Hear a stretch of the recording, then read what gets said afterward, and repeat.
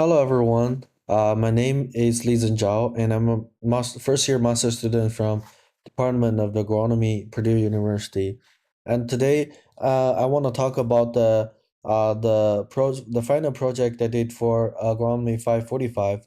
And the topic for my project is called to classify crop residue using Sentinel-2 satellite image. And why the crop residues are important? The crop residues are important because it supports the soil structure, helps reduce the soil erosion, and enhance the soil organic matter content. It can also helps to hold the soil temperature and the soil moisture as well.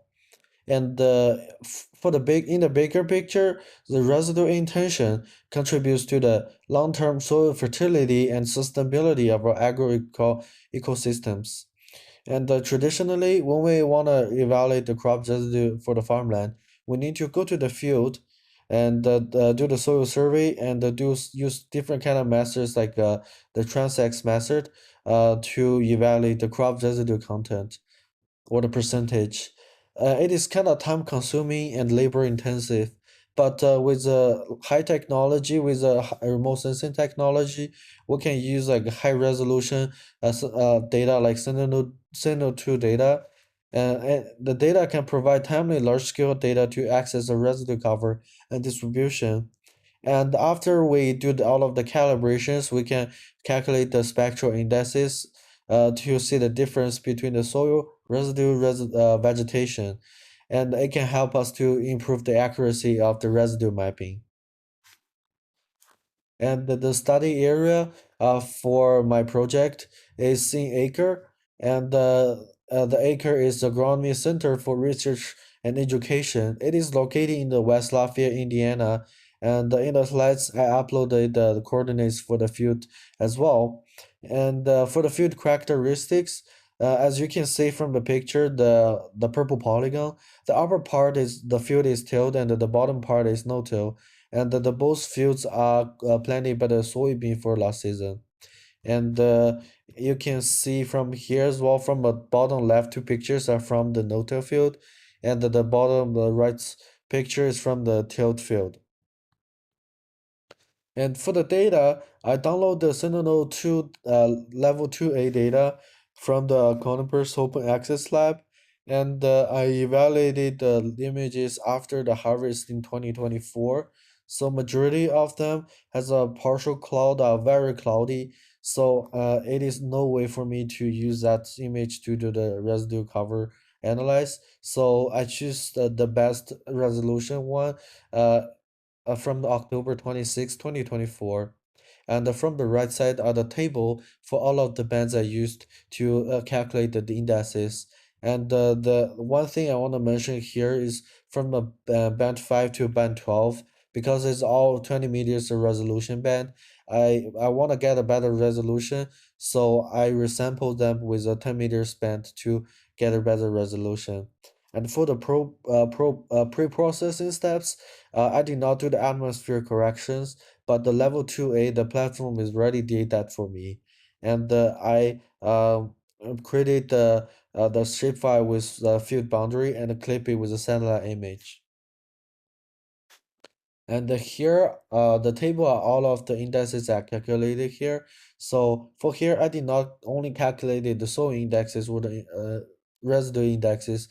I also calculated the vegetation indexes as well because I want to see the difference between the vegetation index and the soil index or residue index to see if they're different.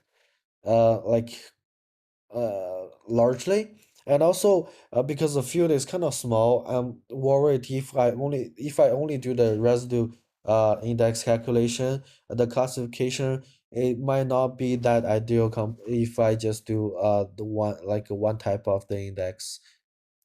And after I calculate all of the indices here, I stack them all together in the multi-band dataset. Then I perform the random forest classification in ArcGIS Pro, and all of my analyses are done by the ArcGIS Pro. So for the reference data, I collected 123 points from the two fields in total. And since this is a one-person project, I try my best to cover the distribution of the points in two different fields, and you can see the pattern from the top picture. And after I collect all the pictures, so for the pictures, all of the pictures have the geo coordinates on it, and for each point, I assign them as residue or soil. So I basically separate them into two different classes because after the harvest, there's no vegetation come out from the field. And I use 70% of the as a training data and the 30% as a validation data.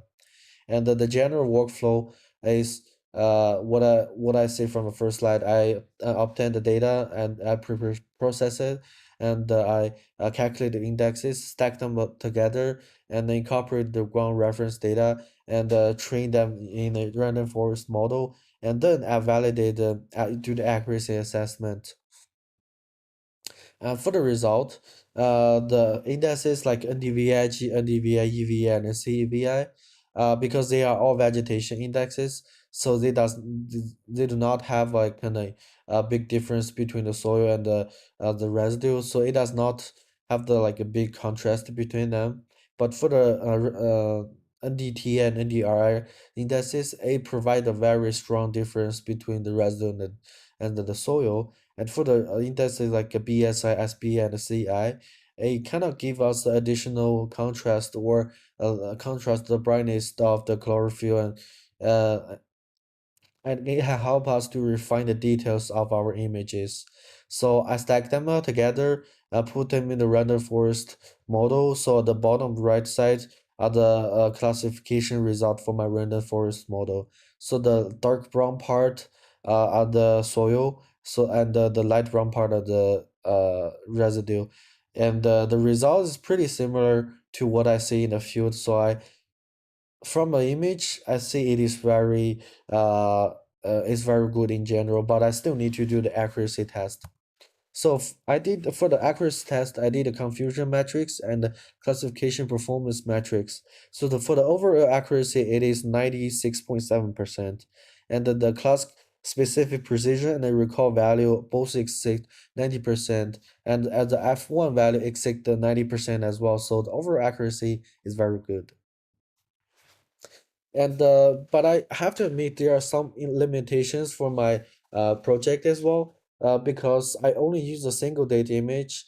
There are some kind of limiting insects for me to see the variation into this between the seasonal and then the variation in different years for the residue conditions. And besides, because two fields are all planted by the soybean, so this is kind of like single field and a single crop setting. It is not helpful for people who want to evaluate the corn or the sorghum to see my to see my result because like they are totally different. And also, the index suitability is also important as well. So index like NDT and the RI, they are effective in general, but for the NDSI, I probably need to do more calibration before I put them into random forest, uh, the model. And the way I want to prove it in the future is like I can obtain different images from different dates and take them together to see the difference between a season and the dates and war years over time. And also I can try to like evaluate the crop residue for the corn and the sorghum as well to see the difference and and enhance the generability.